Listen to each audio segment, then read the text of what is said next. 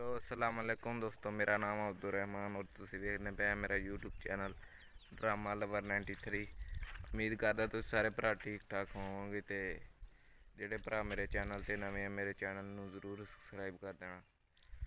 ਅੱਜ ਅਸੀਂ ਆਪਣੇ ਕਜ਼ਨ ਕੋਲ ਮੌਜੂਦ ਆ ਤੇ ਉਹਨੇ ਆਪਣੇ ਬਾੜੇ ਦੇ ਵਿੱਚ ਜਿਹੜੀਆਂ ਭੈਂਸਾਂ ਰੱਖੀਆਂ ਹੋਈਆਂ ਵਾ ਉਹ ਅੱਜ ਤੁਹਾਨੂੰ ਵਿਖਾਵਾਂਗੇ ਅਸੀਂ।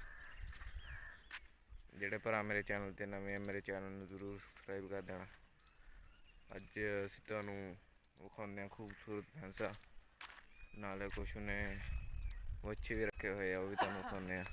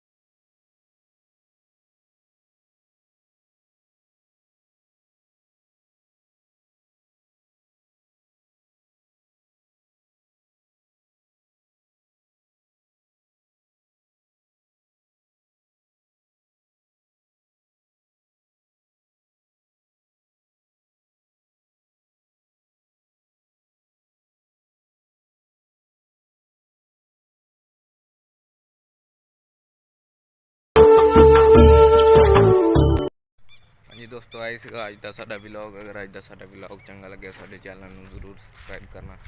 ਜਲਦੀ ਮਿਲਦੇ ਹਾਂ ਅਗਲੀ ਵੀਡੀਓ 'ਚ, ਤਬ ਤੱਕ के लिए अल्लाह हाफिज़, शुक्रिया।